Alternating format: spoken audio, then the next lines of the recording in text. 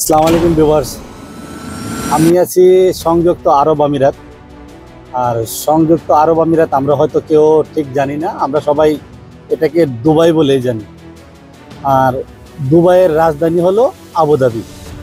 এটা সংযুক্ত আরব আমিরাত হওয়ার মেন কারণ এটা একটা দেশ না, কয়েকটা দেশ মিলে একত্রিত হয়ে সেটা সংযুক্ত আরব আমিরাত হয়েছে।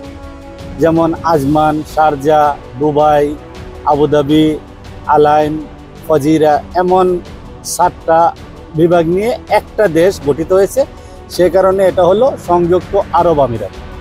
তো আজকে আমি যাচ্ছি আবুধাবিতে, এবং আবুধাবি যাওয়ার ক্ষেত্রে 4টা বর্ডার, মানে 4টা দেশের সীমান্ত ক্রস করে যেতে হয়। যেমন শারজার বর্ডার, আজমানের বর্ডার, দুবাইয়ের বর্ডার, তারপর আবুধাবি লাস্ট সীমানা সেখানে।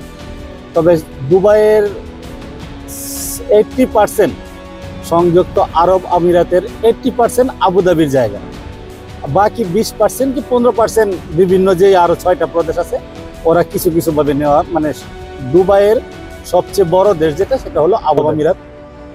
প্রত্যেকটা স্টেটই আলাদা আলাদা, তাদের আলাদা আলাদা আইন শৃঙ্খলা বাহিনী, আলাদা আলাদা, মানে সবকিছুই আলাদা, অর্থ, বাজেট সবকিছুই আলাদা।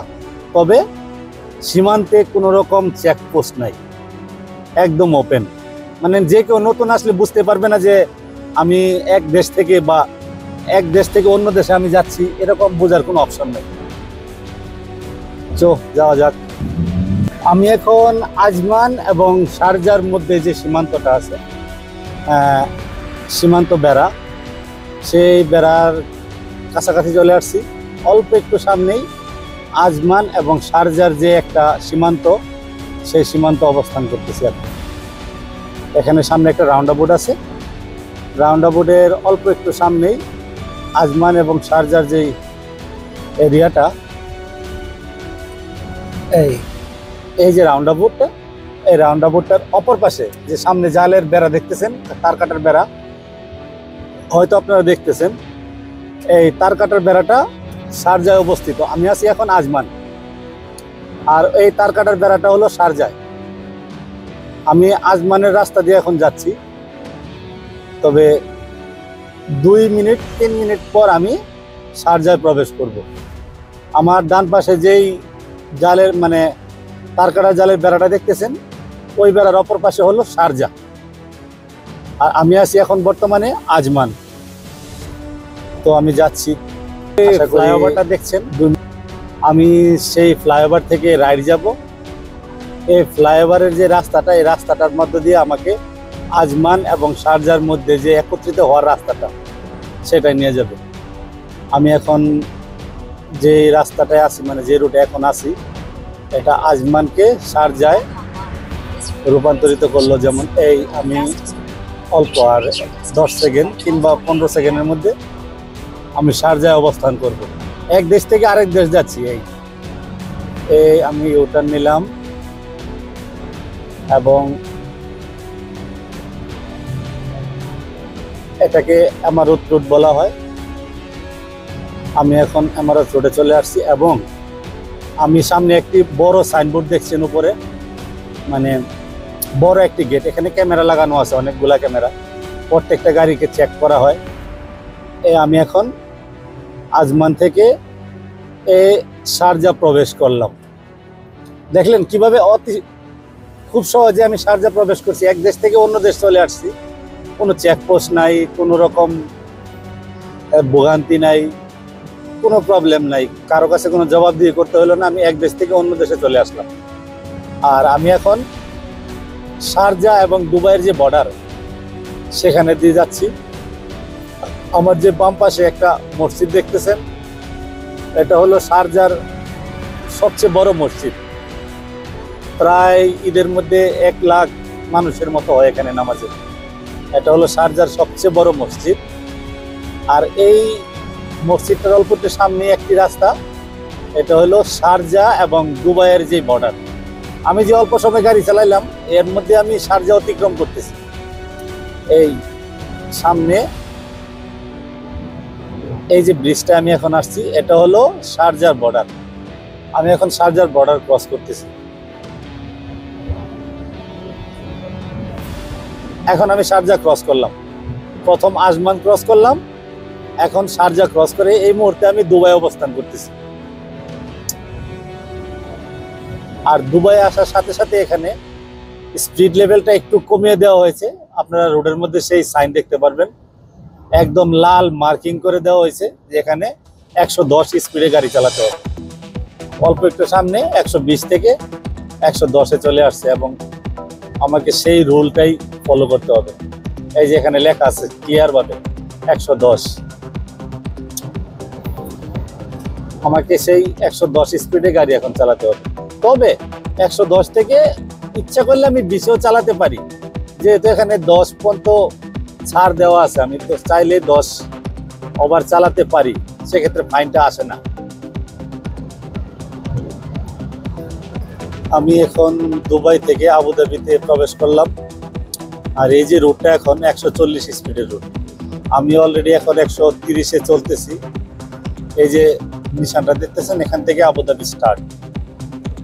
তো আমি এখন আবুধাবির মধ্যে আছি, দুবাই থেকে এখনই আবুধাবিতে এন্ট্রি নিলাম। এই এখন আমার গাড়ির স্পিড হলো 120+, তবে একটু ট্রাফিক হওয়ার কারণে হয়তো 20+ যাচ্ছি, তবে রুটটা মূলত 140। আপনারা হয়তো সাইডে সাইনবোর্ডের মধ্যে দেখতেছেন সুন্দরভাবে লেখা আছে সর্বনিম্ন 80, সর্বোচ্চ গতি 140।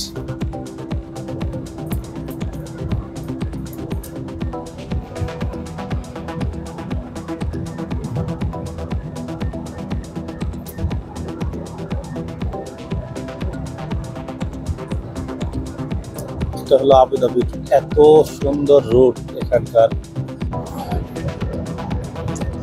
আমার এই জার্নিতে আমি এখন পর্যন্ত একটা কোনো বিরতি নেই নাই। প্রয়োজন ছিল একটা পেট্রোল পাম্পে যে হালকা সময় একটু রিল্যাক্স হয়ে নেওয়াটা, আর বেশি একটা পেন ফিল করতেছি না বিদায় আর সে যাত্রা বিরতিটা নেই নাই। আসার সময় হয়তো যাত্রা বিরতি একটা নেব। এখন চলে যাচ্ছি, কারণ সকাল সকাল যাচ্ছি তো ঠিক তেমন একটা টায়ার্ড না, হয়তো আবার যখন ব্যাক করব তখন হয়তো একটু টায়ার্ড থাকতে পারি, সেক্ষেত্রে মাঝখানে একবার হয়তো যাত্রা বিরতি নিতে পারি।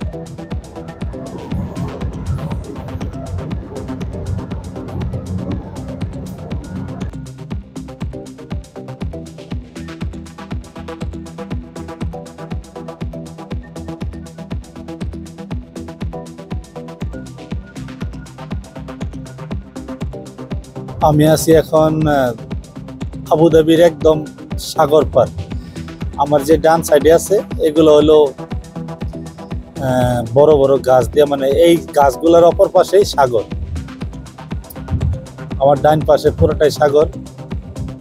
আর আমি এখন যাচ্ছি আবুধাবি মেন সিটির দিকে, আস্তে আস্তে সিটির দিকে অগ্রসর হচ্ছি। সামনে আবুধাবি সিটি।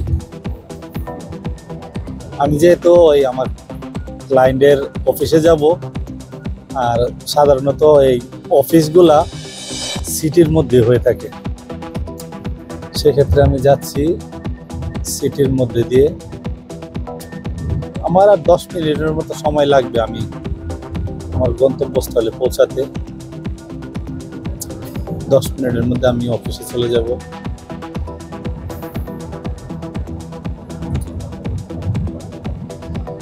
আমার ডান পাশে পুরা সমুদ্র আর সমুদ্র।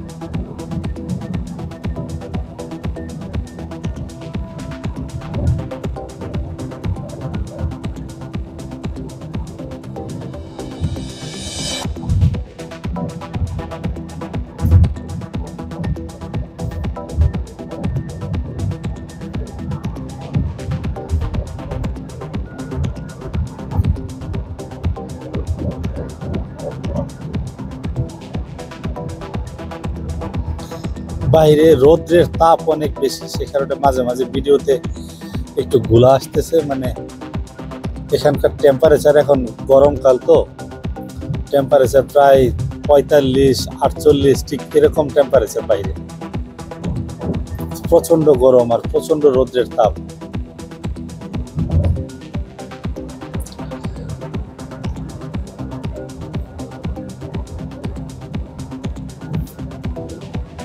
প্রচন্ড রোদের মধ্যে আমি এখন আমার গন্তব্যস্থলে এসে পৌঁছলাম। এখন এখানে পার্কিং এ গাড়ি রাখছি, তো পার্কিং এ পেমেন্ট করতে হয়। তো আমি এখন পার্কিং এ পেমেন্ট এই মেশিনটার মাধ্যমে, এটা একটা পার্কিং পেমেন্ট করার মেশিন। আমি এখন এখানে পার্কিং এ পেমেন্ট করব, যেমন স্ট্যান্ডার্ড। আমার গাড়ি হলো আজমান, তারপর প্রাইভেট, প্লেট নাম্বার বি, গাড়ি নাম্বার 94110।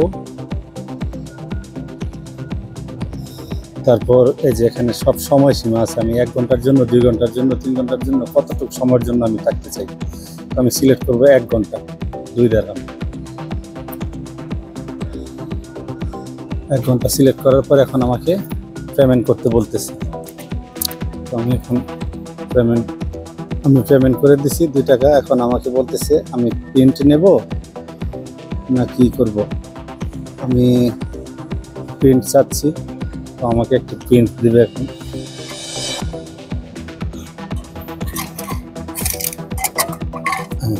আমাকে একটি রিসিট দিয়ে দিল।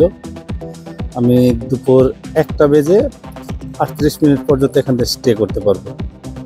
আমার পার্কিং এখন ফিনিশ। যে নির্ধারিত অফিসে, এখানে সমস্ত গাড়ির পার্কিং পেমেন্ট করতে হয়। তো পেমেন্টের কাজটা আমার এখন হয়ে গেল, সমস্যার সম্মুখীন হতে হবে না। আর যদি আমি পেমেন্ট না করতাম, সেক্ষেত্রে যে কোনো মুহূর্তে এখানকার পুলিশ যারা এইসব দায়িত্বে আছে আমার এই গাড়িটা ফাইন দিয়ে দিত। প্রচণ্ড রোদ, আমি চেষ্টা করব যত দ্রুত সম্ভব অফিসে চলে যাওয়ার।